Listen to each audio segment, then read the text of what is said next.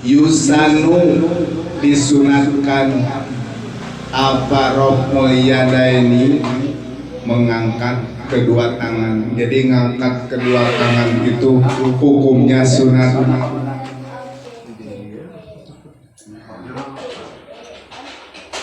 Bi arba'ati mawadi'a di empat tempat.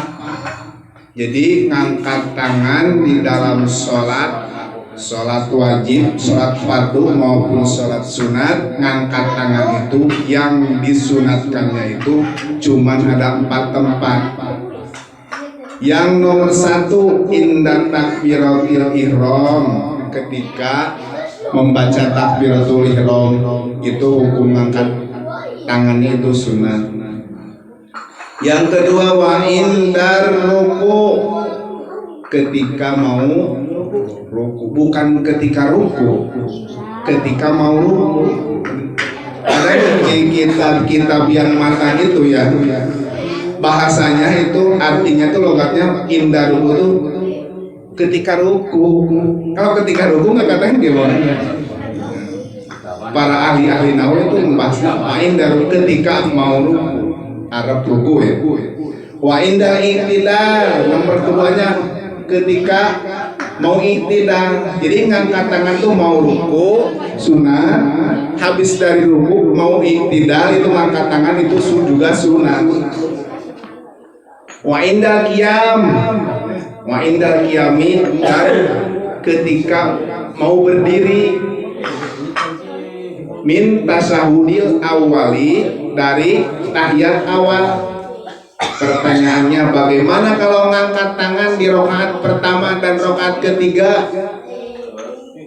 Ngangkat tangan dari rakaat dan pada rakaat pertama dan rakaat ketiga di sini tidak dijelaskan. Jadi kalau ada yang ngangkat tangan di rakaat pertama dan rakaat ketiga, itu dari mana hukumnya? Sedangkan tidak ada, Rasul tidak mensunahkan. Jadi mau bikin sendiri tidak bisa. Di dalam ibadah itu tidak bisa dikira-kira, tidak bisa dengan ngarang sendiri. Kayaknya bagus nih ngangkat tangan nih setiap ini, tidak bisa. Tetap ada tuntunannya, ada ajarannya. Jadi ngangkat tangan di dalam sholat hukumnya sunat itu ada 4. Takbiratul ihram ketika mau ruku, ketika mau i'tidal, dan bangun dari tasahud awal. Tasahud tahiyat, bangun dari tahiyat awal. Berarti di rakaat kedua.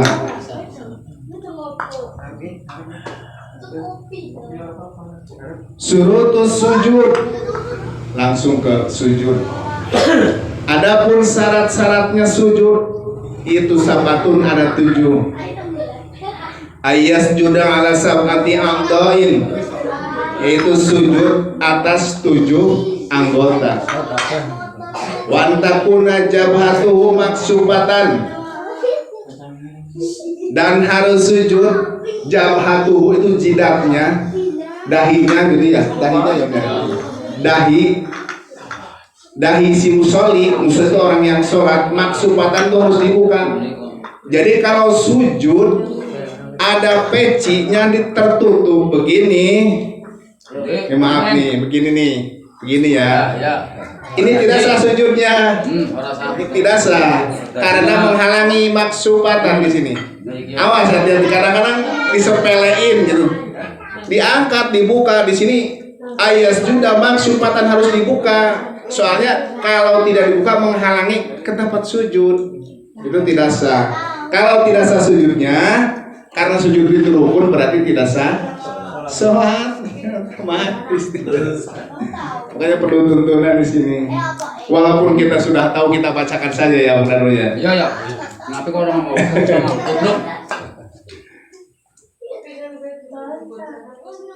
Wa antakuna jabatu maksubatan wa tahamulu birosi. Wa tahamulu itu harus memberatkan birosi kepada kepalanya. Jadi sujudnya itu jangan ditahan. Takut ada bekasnya ditahan sujudnya. Itu jangan ditahan. sujudnya berarti harus tahamul, diberatkan ini kepala ke di sininya ada nih keterangannya, jangan ditahan. Wa tahammulu birasi ain fil jabhati faqat, jadi memberatkan kepada jidatnya, yang lain mah tidak harus diberatkan, kepalanya lah yang harus diberatkan, ditekan sedikit lah istilahnya gitu. Jangan ditahan.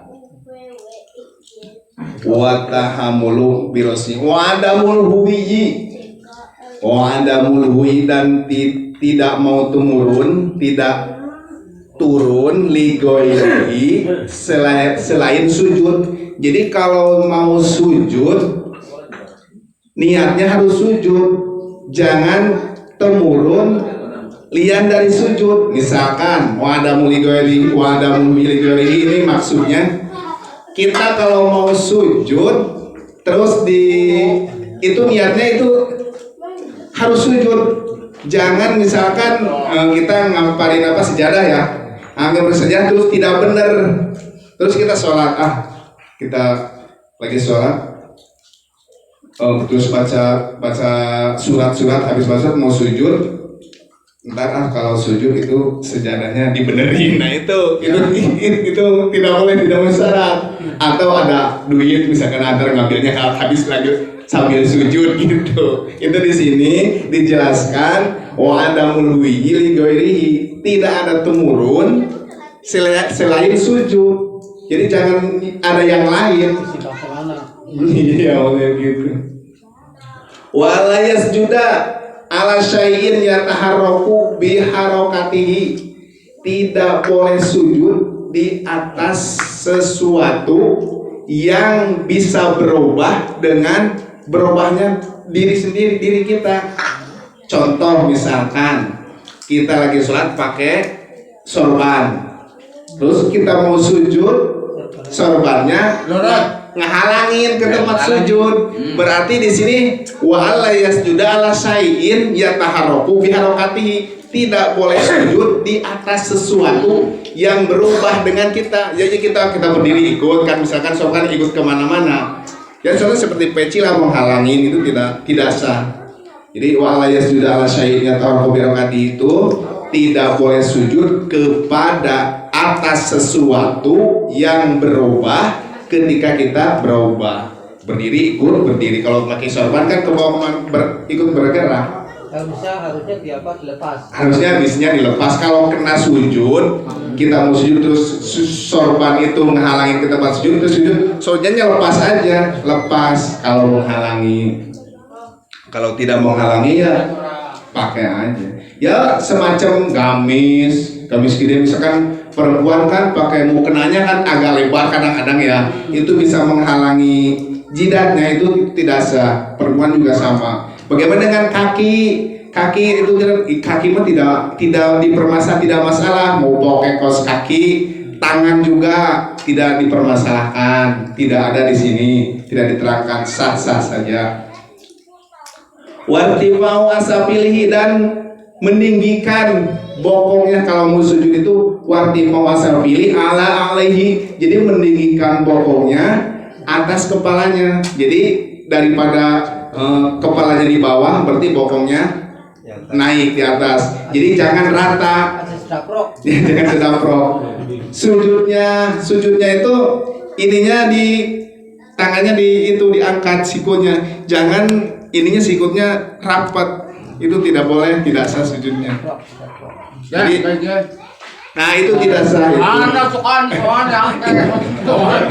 Ya, masalah anak itu mungkin, tapi itu ajarannya di sini, tuntunannya tidak seperti itu. Jadi seakan-akan misalkan kalau ada yang mau lewat itu bisa masuk, gitu. Ada renggang lah, gelonggang itu. Terus sejajar ininya harus dipraktekkan sebenarnya nih. Wartifau asafilihi wa tumanina tuh, dan harus tumanina. Apa tuh tumanina? Ya sakunu ba'da harokatin, diam sebentar sesudah berubah, itu namanya tumanina. Tumanina menurut fikih. A'dha'u sujud, adapun anggota sujud itu sabatun, ada 7. sesuai dengan sabda Rasulullah yang diriwayatkan oleh Ibnu Abbas.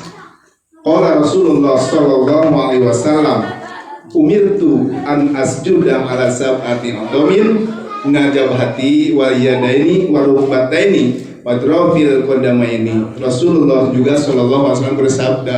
Jadi para ulama ini menulis kitab ini ada dalilnya, tidak semata-mata dengan pikiran sendiri, tetap ada usulnya, Quran dan hadisnya.